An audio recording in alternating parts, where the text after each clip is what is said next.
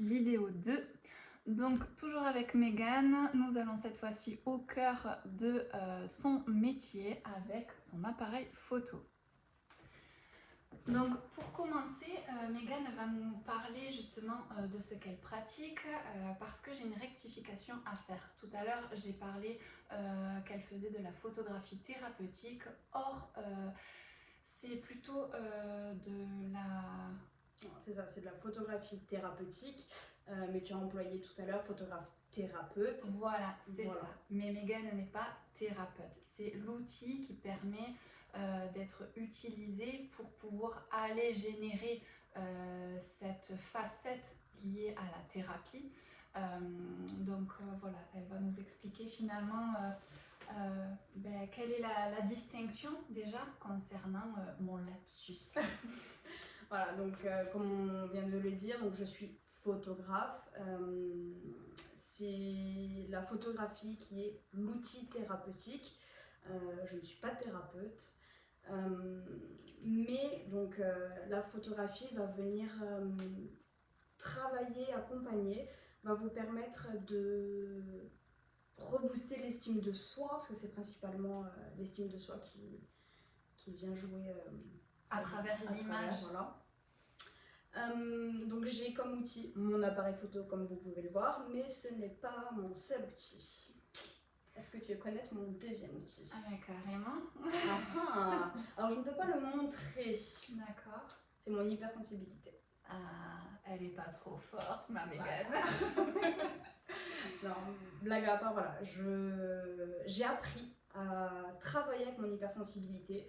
Avant, je voyais ça plus comme une tare, parce que l'hypersensible, c'est celui qui pleure pour rien, c'est celui qui est toujours trop quelque chose. Donc avant, voilà, je le vivais plutôt mal, mais aujourd'hui, j'utilise donc cette hypersensibilité pour, on va dire, anticiper et savoir à quel moment prendre la photo. Donc c'est vraiment en fait l'addition entre sa personnalité, ses sens et cet outil qui vraiment met en lumière à la finalité tout ce que la personne a besoin d'exprimer dans le côté thérapeutique, pour lequel finalement elle vient y mettre sa touche personnelle avec la photographie, et qui fait que ça devient un art, ça devient un mode d'expression sur des sujets qui nous tiennent à cœur, sur des choses que l'on cache et que l'on a besoin en fait de venir libérer, d'exorciser de soi.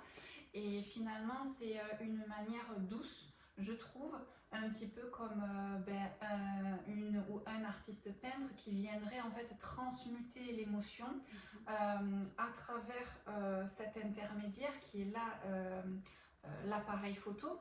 Dans l'art, ce serait plutôt la peinture et le tableau, pour vraiment renaître à travers tout ce que l'on peut souvent contenir, réprimer, retenir, et qui nous fait souffrir à l'intérieur. Et donc c'est pour ça que vraiment cette sensibilité à un moment donné, oui, dans la vie du quotidien on reste des êtres humains, donc c'est compliqué de vivre avec, mais en fait ça a une beauté qu'a réussi à trouver Megan. Donc du coup félicitations à toi. Merci. Et justement j'espère qu'à travers ces vidéos, ce partage justement de toute cette connexion à cette sensibilité que nous avons en commun va vous permettre aussi de voir ou d'entrevoir en tout cas une voie à explorer avec vous-même, pour aller vous guider à l'usage de vos émotions, à vous réinventer, à sortir quelque part de ce cadre social. Comme là, quelque part, elle fait de la photographie thérapeutique, mais elle n'est pas thérapeute. Et alors, c'est pas pour autant en fait qu'elle n'a pas son rôle à jouer à travers du coup le processus de guérison d'une personne. C'est juste une étape parmi tant d'autres dans le processus de guérison pour chacun d'entre nous.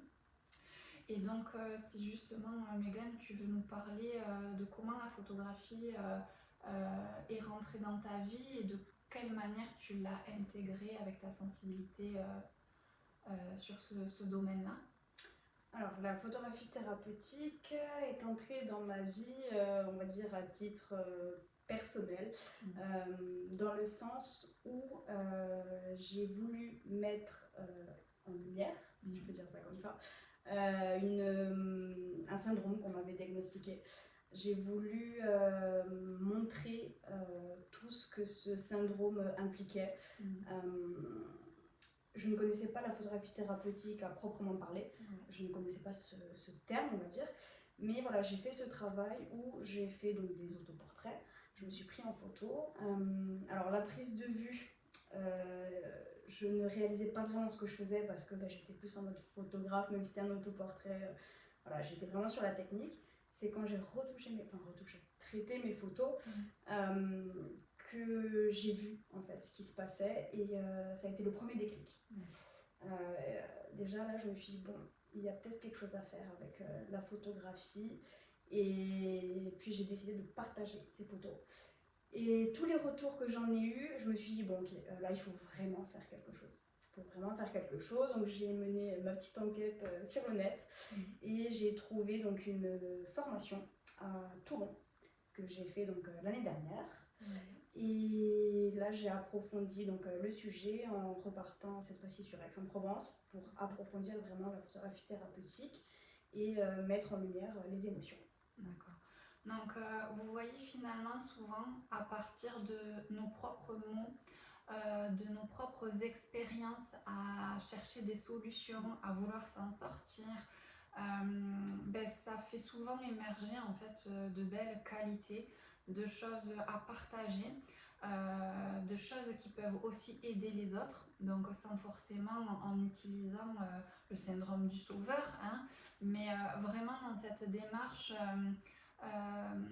que chaque expérience finalement peut trouver leur sens et que c'est avec notre implication qu'enfin on peut en faire quelque chose de nouveau.